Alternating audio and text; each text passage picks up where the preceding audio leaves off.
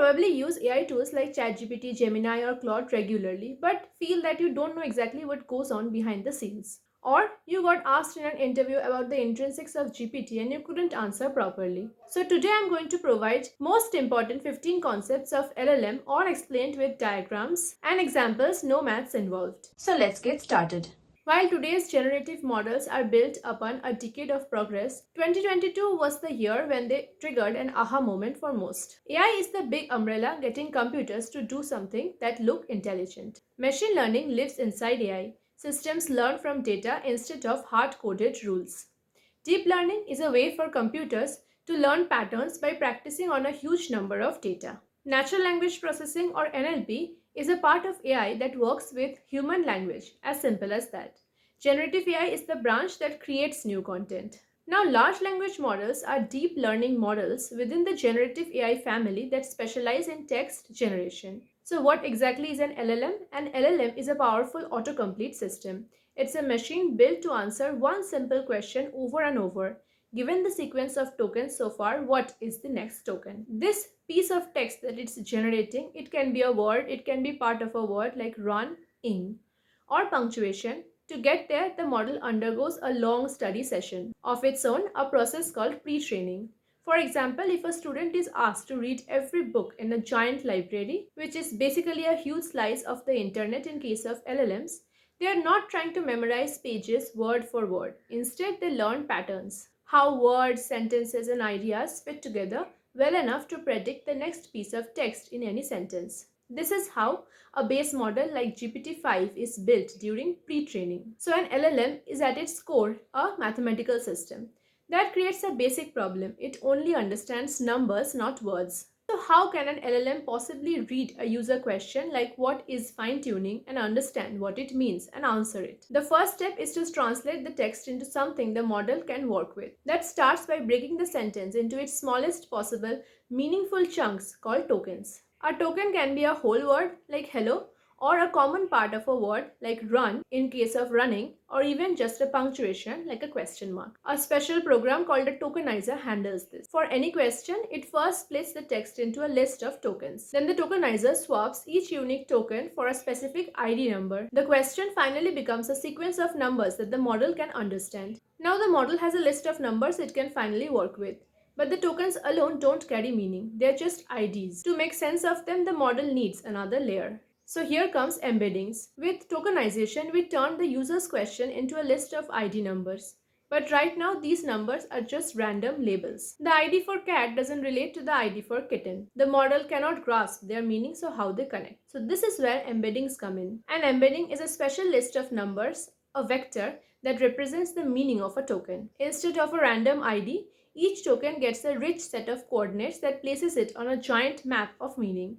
On this map, words with similar meanings like dog and puppy are placed very close to each other. This allows the model to understand relationships numerically. What if I told you that you could get 200 plus machine learning AI and LLM projects all in one place and at only rupees 500 per month? Educative.io provides this, and with my link, you can get even additional 5 to 10% off. For example, the distance from king to queen on the map is same as the distance from man to woman. So now that the model has a question in the form of an embedding, that embedding doesn't sit alone. This understanding of the meaning happens inside what we call the latent space, which is the vast map of meaning where all the embeddings live. Behind this ability lies something deeper, the model's internal settings, the part that basically decides how all of this gets organized. The base model for systems like ChatGPT has billions of internal variables.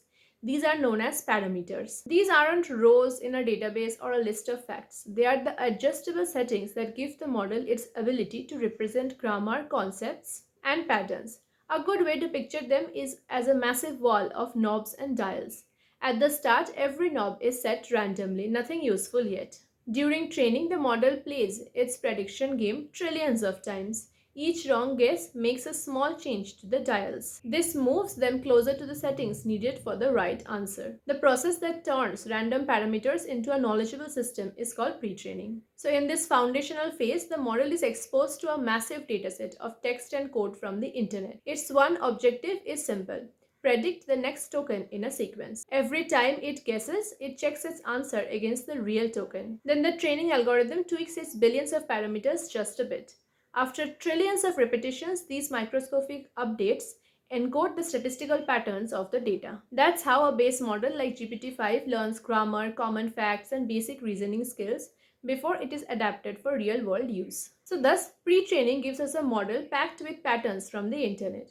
But at this stage, it's just still a text predictor. It predicts only the next token. We need something that will answer questions. So here comes the importance of the instruct model. So when a model finishes pre-training, it's called a base model. It holds vast knowledge, but is not yet designed to be a helpful assistant for humans. For example, if you used a raw base model, there are plenty raw base models on Hugging Face, you can try it out, and asked what is RAG, it might continue the sentence in a predictive way or give a generic unhelpful definition. It's powerful as a text predictor, that is the predictor of the next text, but isn't specifically trained to follow instructions or engage in conversation. To make it useful for applications like chatbots, search assistants, etc., or co-pilots, we need an instruct model. So an instruct model is a base model that has received extra training. This training, known as fine-tuning, is done with a specific dataset of instruction and answer pairs. You all need different AI tools for different purposes. 11 Labs for audio, Sora for video, Gemini for images, GPT for text and essay. What if you could have everything and more in one place? NoteGPT.io provides that premium experience with its all-in-one AI learning assistant. You have AI YouTube video summarizer, transcript generator, YouTube subscriptions, and a free extension that you can definitely try out right now. You have AI transcriber, which converts YouTube to text, video to text, audio to text, speech to text, anything. And you can chat with Claude, Gemini, ChatGPT, DeepSeek all in one place. This process doesn't teach the model new facts. Instead, it teaches it how to behave. So models like ChatGPT that you use and Claude are instruct models. So you can turn a base model into an instruct model by training it further on carefully chosen examples. This extra step is called fine-tuning. One of the best known examples of fine-tuning is GitHub Copilot. The base model generates all types of text. By fine-tuning on billions of lines of open source code, Copilot learns to write, complete, and suggest code that matches developer styles. The fine-tuned version doesn't know more about coding, it's just better aligned with real-world code patterns. Now comes alignment. With fine-tuning, a model may now be able to follow instructions. But what makes the answer that it's giving you a good answer? A raw model trained on the internet may provide technically correct but confusing answer for beginners. It might also repeat harmful stereotypes that it has seen on the internet. So this is the core challenge of alignment, ensuring that an LLM's behavior aligns with human values and intentions, specifically to make it helpful, honest, and to prevent hallucinations. Alignment doesn't add new facts to the model, instead it shapes how the model responds. So how exactly do we achieve the alignment? We can't just tell the model be more helpful. We need a way to teach it what human quality and helpfulness actually look like. This is where a powerful training technique called RLHF, or reinforcement learning from human feedback, comes in. Instead of just training on text, RLHF tunes the model based on human preferences. So here's what happens. Humans rank the answers. That is, the model is asked a question, for example, what is fine-tuning, and it generates several possible answers. Human reviewers then rank these answers in the order of best to worst, and this is how the model actually learns what a good answer is. Now comes how do you talk to these models. This you probably know by giving it an input or a question, or what we call in technical terms a prompt. There are two parts of the prompt. One is the system prompt. This outlines the main instructions that sets the model's role and limits. It acts as a permanent guide for the model's behavior in every interaction. Next one is the user prompt. This is the specific intermediate question or the command from the user. For example, what is the weather today? Now a prompt works well for a single exchange, but conversations are rarely just one turn. To stay coherent across multiple turns, the model relies on its context window. For a chatbot or an assistant to be actually useful, it must handle follow-up questions. If a user asks, can you explain that differently? The model needs to remember what that refers to. This memory is managed by the context window. So the context window is basically the maximum number of tokens the model can see and process at one time. This includes the system prompt, the full conversation history, and the response that it is currently generating. The model cannot see anything outside this context window. Great. So now you know the prompt, and now comes the inference, which is basically the output that the model generates. Once you start using LLMs, you will always notice that they don't always know the right answer. That failure mode, confident but false output, is called hallucination. This is basically solved with more architectures on top of the LLMs, one of the most common ones being grounding. Grounding is the principle of forcing an LLM's output to be based only on verifiable external source of truth. So how exactly do we implement this? Here comes RAG, or Retrieval Augmented Generation. It enhances accuracy by connecting the model to a knowledge base or an external source the moment it's needed. The RAG process works in 3 steps. Retrieve. The system first searches the trusted documents or web sources to find the most relevant text. Next is augment. These snippets are then automatically added to the prompt, giving the LLM a kind of a cheat sheet with the current information. Now third, generate. The LLM is instructed to generate an answer based only on the retrieved evidence. Now comes benchmarks. So when choosing between models like GPT-4o, Llama 3.1 or Claude, how do we objectively compare their raw capabilities? The answer is benchmarks. Benchmarks are standardized tests used to measure and compare the abilities of different LLMs. These cover a wide range of tasks: general knowledge, coding, human eval, logical reasoning. But there's a problem. A high benchmark score shows a model is capable, but it doesn't guarantee that it will perform well in your application. That's why we also measure metrics, specific indicators of quality tailored to your use case. For example, in a RAG-based chatbot or assistant, 2 common metrics are faithfulness. Does the answer stick only to the retrieved documents? And second is relevance. Does the answer directly address the user's question? But now a second problem comes in. How do we evaluate them across thousands of student conversations?